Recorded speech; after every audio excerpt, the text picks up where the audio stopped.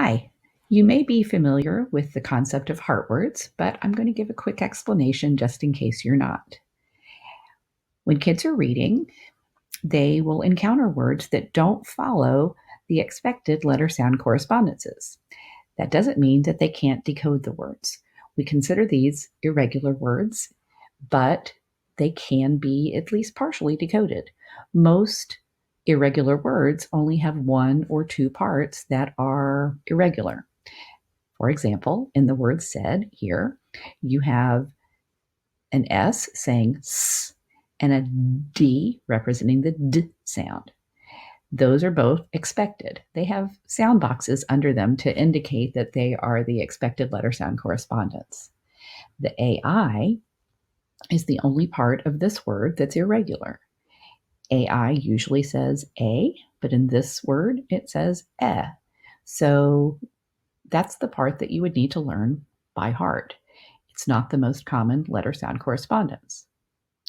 We've represented for each of the irregular words in this collection where the parts are that are regular and what parts are irregular. In this case, there's two letters that make the eh sound. So we've underlined that to indicate it's more than one letter. So the first few slides provide an explanation about how to use heart words, and I'm just going to go through those quickly. So as I mentioned, many common words present these challenges to students, and when they contain elements that don't follow the most common letter sound correspondences, those elements need to be learned by heart, hence the term heart words. This collection of heart words contains some words that are permanently irregular and others that are temporarily irregular.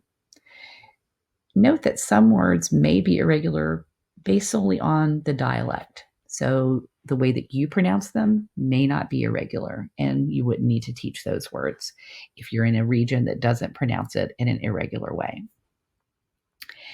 We're defining an irregular word as a word that presents a challenge for decoding because either the letter sounds are unique to that word or to a very small number of words. Those are permanently irregular.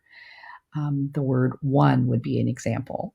Really only in the word one and once do you have an O making the wa sound. A word can also be irregular because the student has not yet learned the letter sound correspondences in the word. That's a temporarily irregular word. And probably there are a lot more temporarily irregular words than permanently irregular words. Many of the words presented in this collection can be taught in multiple ways with different elements emphasized. So you may not choose to use all of these words as heart words, or you may choose to modify some of these slides to better align with your method of teaching that word. And we want you to feel free to do that. We've provided the boxes and hearts to allow you to make a slide that better aligns with the way that you teach a particular word. So in the activity presented here, you're going to help students learn to sound out those words in which letter sound correspondences may not be regular. First, you're going to point out to the students that all of the regular letter sound correspondences in the word. And then next, you're going to point out the part of the word that they're going to need to learn by heart. So just a few teaching tips here. You're going to need to look in the note section of each slide to see the guidance that we provided about what the irregularities are in that word. Again, some of these may not align with the dialect in which you pronounce the word and the area that you're from, so they may or may not need to be taught that way. Many of the slides in the collection are grouped together because the words on those slides lend themselves to being taught together. So, for example, could, would, and should are together, talk and walk are together, and so forth. You may want to use the white box that's provided below to cover up the boxes and hearts when you're first presenting a word, because a lot of teachers find it useful to allow students the opportunity to identify the irregular parts of the word rather than just telling them which parts are irregular. And just a reminder, some words are irregular based solely on dialect, and others are irregular simply because that particular letter sound correspondence hasn't yet been taught. And so words may be irregular based on your particular scope and sequence of teaching letter sound correspondences. So I'm going to take you now into the actual slides. I'm going to go into editing mode so that you can see how you would manipulate these. And again, the notes section will be providing some important information for you. So I'm going to copy this particular box here. And then I'm going to go down. Let's go to the word said that we already mentioned. And so one thing that I can do is paste this and use it to cover up the boxes and hearts. So I could say to a student, this word is said. Let's look at the word and figure out which parts make the letter sound correspondences we expect, and which words may be a little bit different. So if the word is said, s, d, does the first sound make the sound you would expect? Yes, it does. How about the next sound? S, Is that how we usually spell No. How about d? Is that how we would expect to spell d? Yes, it is. So now I'm going to uncover and show the students. That's right.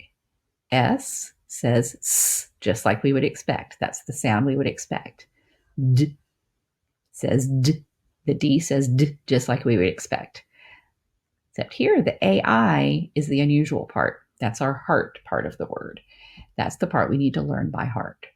So you can move this around, cover this up. You can cover this up and say, now let's say the parts.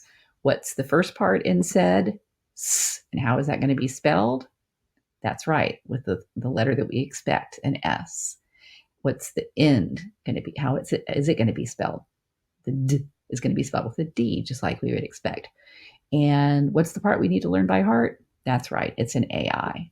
So you can uncover either part. You can cover the hearts and boxes, or you can cover the letters to show. Remember that down here in the note section are some explanation of what part of each word is pronounced or doesn't have the letter sound correspondence as we would expect. Some of these are simpler explanations than others. Some of them have multiple irregular parts. And it's important to read. So, for example, in the word was, the A makes the short U, sound. The S makes the Z sound. It's important to know that S is actually the most common spelling of Z. But because this word comes very early in reading instruction, alternative pronunciations for letters may not have been addressed yet. So in this case, these may or may not be considered irregular based on what your students already know.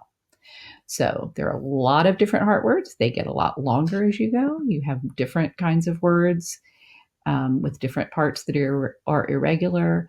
They may be grouped other, mother, brother, another, all because they have that same portion of the word.